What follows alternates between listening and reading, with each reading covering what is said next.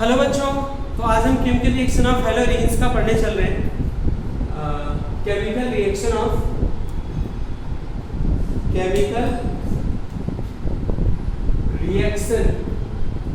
Of halogen. तो थोड़ा सा मैं बात कर लेता हूँ आपको हैलोजेन की केमिकल रिएक्शन। हैलोजेन कौन कौन सी केमिकल रिएक्शन देता है? न्यूक्लियोफिलिक सब्स्टिट्यूशन देता है, बीटा एलिमिनेशन रिएक्शन देता है और रिएक्शन विद मेटल देता है। यहाँ भी हम हैलोजेन्स की भी 3 रिएक्शन पढ़ेंगे। एक तो पढ़ेंगे न्यूक्लियोफिलिक सब्स्टिट्यूशन रिएक्शन, दूसरा पढ़ेंगे हम इलेक्ट्रोफिलिक सब्स्टिट्यूशन और तीसरा रिएक्शन विद मेटल। क्या नहीं पढ़ रहे हम? बीटा एलिमिनेशन नहीं पढ़ रहे। इसका मतलब आपको समझ आ गया होगा हैलोजेन जो है वो बीटा एलिमिनेशन रिएक्शन नहीं देता, मतलब डिहाइड्रोहैलोजिनेशन नहीं देता, ठीक है ना।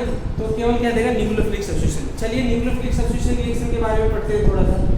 न्यूक्लियोफिलिक सब्स्टिट्यूशन रिएक्शन समझिएगा, इस पर एक रीजनिंग क्वेश्चन पूछा था, न्यूक्लियोफिलिक सब्स्टिट्यूशन रिएक्शन। तो हम यहाँ पे आपको बता रहे हैं हैलोजेन्स आइदर वेरी लेस रिएक्टिव और non reactive towards nucleophilic substitution reaction. मतलब हैलोजेन या तो रिएक्शन ही नहीं देता न्यूक्लियोफिलिक सब्स्टिट्यूशन, या देता है तो बहुत स्लो देता है। क्या रीजन है इसके पीछे? तो आप ये कर सकते हैं halogens less reactive toward nucleophilic substitution या non reactive toward nucleophilic substitution reaction due to the following reason. Number 1, resonance एक फैक्टर है जिसकी वजह से हैलोजेन्स न्यूक्लियोफिलिक सब्स्टिट्यूशन रिएक्शन नहीं देता है, या देता है तो बहुत स्लो देता है। आएगी नहीं बात में? तो मैं आपको यहाँ पे बताना चाहूँगा, ठीक है ना, रेजोनेंस कैसे। देखिए हैलोजेन्स का रेजोनेटिंग स्ट्रक्चर बना लो। क्या बना लो? हैलोजेन्स का रेजोनेटिंग स्ट्रक्चर बना लो। ये हैलोजन होते हैं, हैलोजन में 7 इलेक्ट्रॉन होते हैं, एक कार्बन के साथ बॉन्ड बना रहा है बेंजीन के। तो आप इसका रेजोनेटिंग स्ट्रक्चर बनाए तो ये कौन सा इफेक्ट शो करेगा? Plus I effect. Plus I effect का मतलब ये लोन पेयर इलेक्ट्रॉन क्या देगा? रिंग की तरफ जाएगा। कैसे पता लगेगा प्लस आई इफेक्ट? जो भी एटम या ग्रुप ऑफ एटम किसके साथ जुड़ा हुआ है?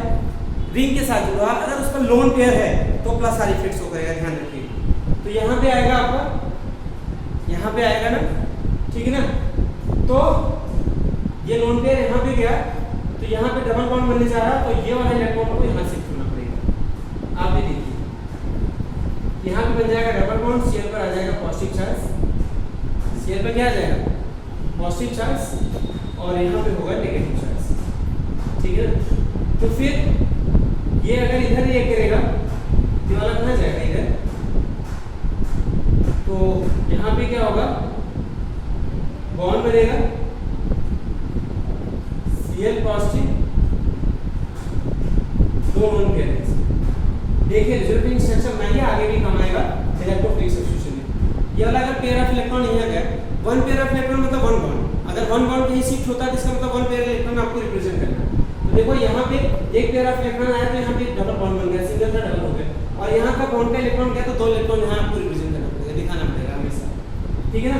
तो ये वाला इधर गया अगर, तो अगला रेजोनेटिंग स्ट्रक्चर जो बनने जा रहा वो ये होगा आपका, यहाँ बॉन्ड बन जाएगा, ठीक है बच्चों। और देखिए ये Cl पॉजिटिव, तो फिर क्या हुआ? अगर ये वाला इलेक्ट्रॉन फिर से यहाँ गया, ये आपका 5वां रेजोनेटिंग स्ट्रक्चर है।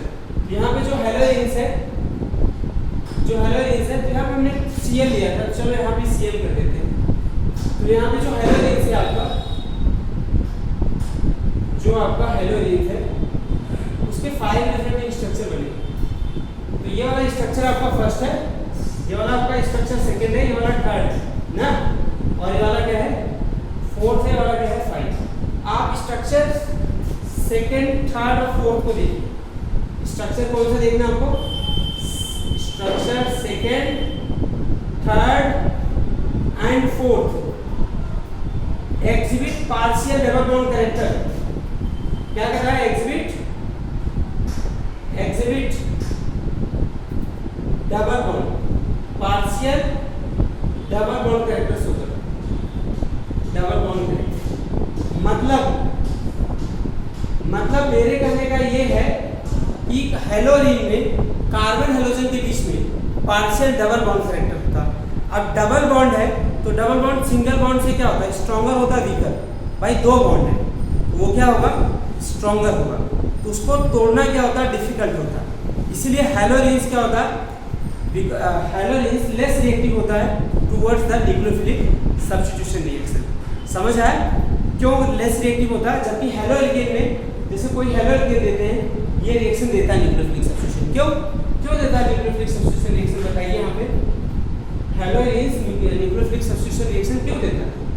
हाँ, हैलो एल्केन क्योंकि इसमें रिजोनेंस नहीं होता। इसमें कार्बन हाइड्रोजन के बीच में हमेशा क्या रहता है, सिंगल बॉन्ड होता है। कार्बन हाइड्रोजन जो सिंगल बॉन्ड होता है इजीली ब्रेकेबल होता है। ये जो सिंगल बॉन्ड होता है वो इजीली क्या होता है, ब्रेकेबल होता है, इजीली टूट जाएगा। ठीक है, समझ आए कि नहीं है? इजीली टूट जाएगा तो क्या होगा, फास्टर रिएक्शन देगा। और यहाँ पे देखिए कार्बन हाइड्रोजन के बीच में डबल बॉन्ड आ रहा, किसी को हम बोलते हैं पार्शियल डबल बॉन्ड कैरेक्टर है, तो इसका क्लीवेज आसानी से नहीं होगा, इसलिए क्या होता है, लेस रिएक्टिव होता है।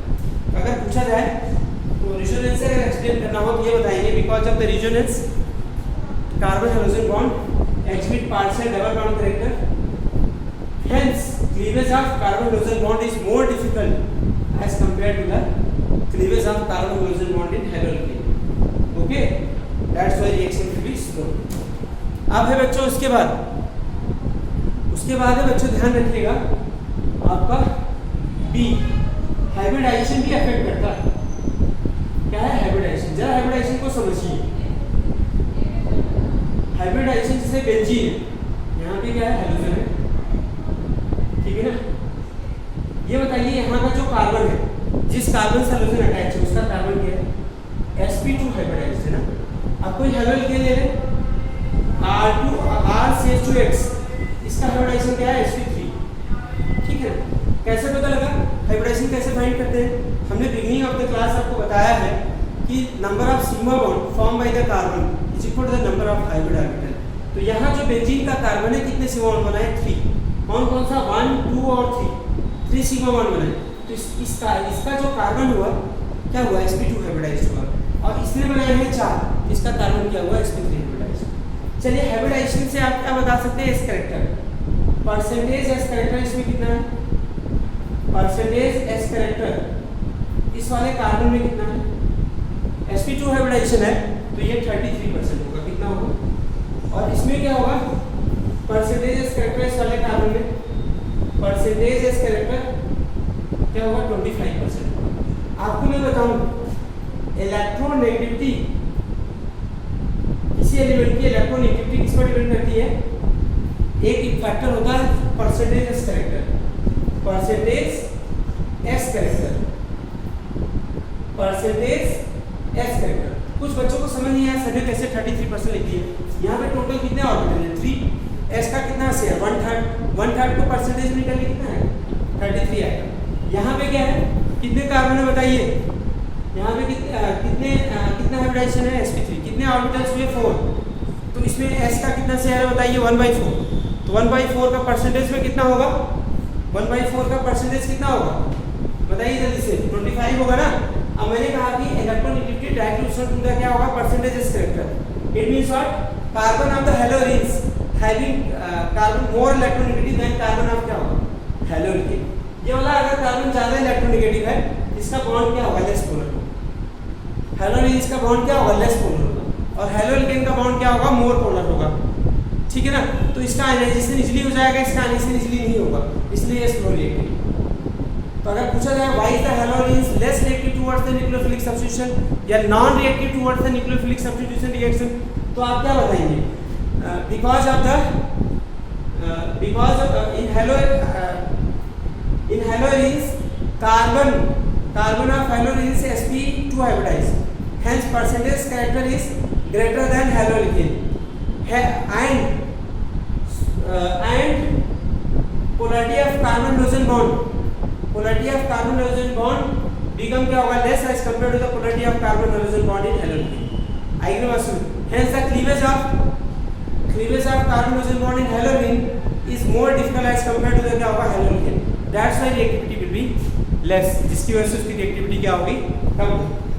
तीसरा है यहाँ पे, तीसरा फैक्टर है जो न्यूक्लियोफिलिक सब्स्टिट्यूशन रिएक्शन को अफेक्ट करता है बच्चों, तीसरा फैक्टर, ठीक है ना, due to the instability of phenyl carbocation, due to instability of phenyl carbocation. Phenyl carbocation देखिए, जैसे बेंजीन में, हेलोरीन में, ये आपका बेंजीन है, कार्बन हाइड्रोजन बॉन्ड टूटेगा तो बेंजीन पे क्या आएगा, यहाँ पे क्या आएगा, बोलिए पॉजिटिव चार्ज आएगा और प्लस एक्स माइनस का, ये लेस स्टेबल होता है। फिनाइल कार्बोकेटाइन क्या होता है, लेस स्टेबल होता है। और जबकि एल्काइल कार्बोकेटाइन क्या होता है बेटा, RCH2X, इसका बॉन्ड क्लीवेज होता है आपका RCH2 पॉजिटिव प्लस क्या होगा, X नेगेटिव। तो ये इसको स्टेबलाइज कर रहा है, ये डोमिनेटिंग ग्रुप है, ये क्या होता है, मोर स्टेबल होता है। तो अगर ये बॉन्ड टूटता भी है तो जो फिनाइल कार्बोकेटाइन बनता है वो अनस्टेबल होता है, क्या होता है, अनस्टेबल होता है। इसलिए क्या होता है, हेलोरीन लेस रिएक्टिव होता है टुवर्ड्स क्या होगा, न्यूक्लियोफिलिक सब्स्टिट्यूशन रिएक्शन। चौथा पॉइंट है आपको due to the steric reason, due to the, या कह सकते हैं repulsion, repulsion in haloarenes greater as compare to क्या होगा, हेलोरीन। चौथा पॉइंट है repulsion in haloarenes greater as compare to haloarene, because phenyl group is bulky group. कैसा group है, बल्की। तो वहाँ पे कोई भी न्यूक्लियोफाइल आएगा तो उसको आसानी से उस कार्बन पे ट्रैप नहीं कर पाएगा, तो फिनाइल कार्बोकेटाइन उसको क्या करेगा, रिपेल करेगा। तो ये ध्यान रखिएगा। तो why is the haloarenes less reactive toward nucleophilic substitution reaction, ध्यान रखिएगा। पहला रीजन है because of resonance, carbon hydrogen bond exhibit partial double bond character, hence cleavage of carbon hydrogen bond is difficult as compare to the haloarene. दूसरा है due to the hybridization, carbon of haloarenes sp2 hybridized, hence carbon hydrogen bond in haloarenes less polar as compare to the क्या होगा, haloarene. तीसरा है due to the instability of phenyl carbocation, phenyl carbocation alkyl carbocation से ज़्यादा unstable होता है, इसलिए उसकी रिएक्टिविटी क्या होगी, कम होगी। चौथा फैक्टर है repulsion, in phenyl carbocation nucleophile experience the greater repulsion as compare to the haloarene, इसलिए haloarenes nucleophilic substitution reaction slow देता। आपको मैं और बताऊंगा, आप यहाँ पे ध्यान रखिएगा, कैसा क्वेश्चन पूछा जाएगा, why is the haloarenes less reactive towards nucleophilic substitution reaction. अब आपको मैं बताता हूँ बच्चों, अगला पॉइंट, कुछ सब्स्टिट्यूएंट्स है जो न्यूक्लियोफिलिक सब्स्टिट्यूशन रिएक्शन को क्या कर देते हैं, इंक्रीज कर देते हैं। क्या कर देते हैं, इंक्रीज कर देते हैं, बढ़ा देते हैं। आई बात समझ नहीं आई, ध्यान रखिएगा, क्या कर देते हैं, बढ़ा देते हैं, ठीक है ना। कौन कौन से फैक्टर, जैसे इलेक्ट्रॉन विड्रॉइंग ग्रुप, क्या होते हैं, इलेक्ट्रॉन विड्रॉइंग ग्रुप, ध्यान रखिएगा, इंक्रीज द रिएक्टिविटी ऑफ हेलोरीन्स। आपको कुछ रिएक्शन उसके फेवर में देंगे, इलेक्ट्रॉन विड्रॉइंग ग्रुप, लाइक जैसे आपका NO2 हुआ, like NO2 increases reactivity of haloarenes, reactivity of क्या होगा, हेलोरीन्स की रिएक्टिविटी क्या कर देता है, बढ़ा देता है, ठीक है ना, हेलोरीन्स की रिएक्टिविटी को बढ़ा देता है। तो इसके फेवर में आपको कुछ रिएक्शन देते हैं, जैसे हमने ये कहा कि हेलोरीन्स का सब्स्टिट्यूशन तो होता नहीं, लेकिन under drastic condition in nucleophilic substitution देता है। एक बार मैं फिर कह रहा हूँ, haloarenes do not undergoes nucleophilic substitution, but undergoes क्या होगा, nucleophilic, but under drastic condition it undergoes the nucleophilic substitution reaction. Drastic condition क्या है, in presence of electron withdrawing group, high temperature, high pressure, ये reaction देता है। तो मैं आपको बताऊं, जैसे क्लोरोबेंजीन है, क्लोरोबेंजीन को आप क्या करें, हाई टेम्परेचर 623 केल्विन टेम्परेचर पर, कितने टेम्परेचर पर, 623 केल्विन टेम्परेचर और 300 atm प्रेशर पर किसके साथ लेकर आते हैं, सोडियम हाइड्रोक्साइड के साथ। तो ये क्या देता है, सोडियम फिनॉक्साइड देता है, क्या देता है, देखो ये ड्रास्टिक कंडीशन हुआ, हाई टेम्परेचर हाई प्रेशर, फिर इसको किसी एसिड के साथ लेकर आते हैं तो क्या बनता है, फिनॉल बन जाता है। तो ये बहुत इंपॉर्टेंट प्रोसेस है, क्लोरोबेंजीन से फिनॉल बनाना, और इस प्रोसेस को आप क्या बोलते हैं, गाउट प्रोसेस भी बोलते हैं। क्या बोलते हैं, इस प्रोसेस को क्या बोलते हैं, दाउ प्रोसेस भी बोलते हैं, ध्यान रखिएगा।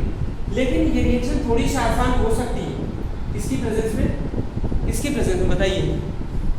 ये रिएक्शन थोड़ी आसान हो सकती है in presence of NO2 electron withdrawing group है। तो आपको प्रेशर नहीं लगाना पड़ेगा, लगभग 467 केल्विन के आसपास टेम्परेचर NaOH के साथ ये कराएं तो क्या होगा, ये क्या देगा अप्रॉक्स, ये ध्यान रखिएगा, अप्रॉक्स वो Na देगा, NO2 ऐसे देगा, और फिर इसको हम H पॉजिटिव के साथ ये कराएं तो क्या देगा ONO, और यहाँ पे क्या हो जाएगा OH प्लस क्या हो जाएगा NO। देखो सब्स्टिट्यूशन हो गया।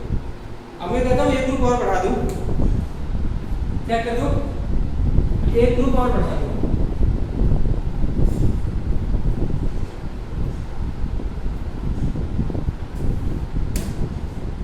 जैसे आपका यहाँ पे क्लोरोबेंजीन है,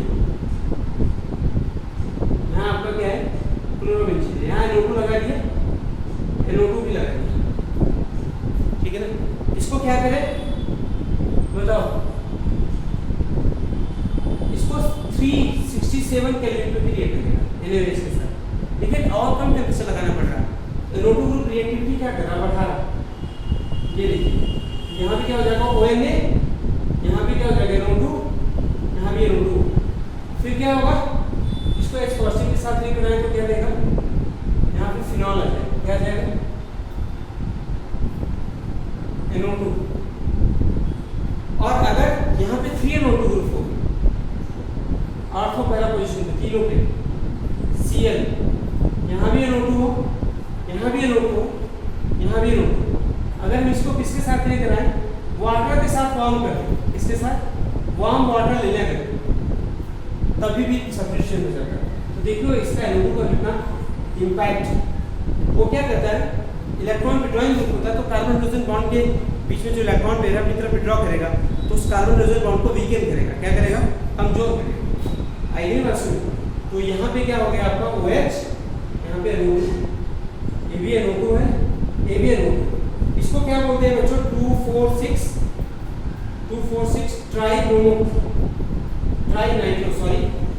ट्राइनाइट्रोफिनॉल, इसको क्या बोलते हैं, पिक्रिक एसिड बोलते हैं, क्या बोलते हैं, पिक्रिक एसिड बोलते हैं, ध्यान रखिए क्या बोलते हैं, पिक्रिक एसिड। ठीक है बच्चों, समझ आइए। तो ये ध्यान रखिएगा, न्यूक्लियोफिलिक सब्स्टिट्यूशन की एग्जांपल है। वैसे तो हर न्यूक्लियोफिलिक सब्स्टिट्यूशन रिएक्शन देता नहीं, लेकिन अंडर ड्रास्टिक कंडीशन रिएक्शन देता है। ड्रास्टिक कंडीशन क्या होता है, हाई टेम्परेचर, हाई प्रेशर और presence of electron withdrawing group, और क्या होता है प्रेजेंस ऑफ क्या होगा, इलेक्ट्रॉन विड्रॉइंग ग्रुप। ठीक है, तो नेक्स्ट है इलेक्ट्रोफिलिक सब्स्टिट्यूशन रिएक्शन। तो electrophilic substitution reaction and reaction with metal हम आपको अगली क्लास में कराएंगे। इसी के साथ ये चैप्टर आपका क्या हो जाएगा, फिनिश हो जाएगा, खत्म हो जाएगा, और फिर हम आपको दूसरा चैप्टर लेके आएंगे। Thank you very much.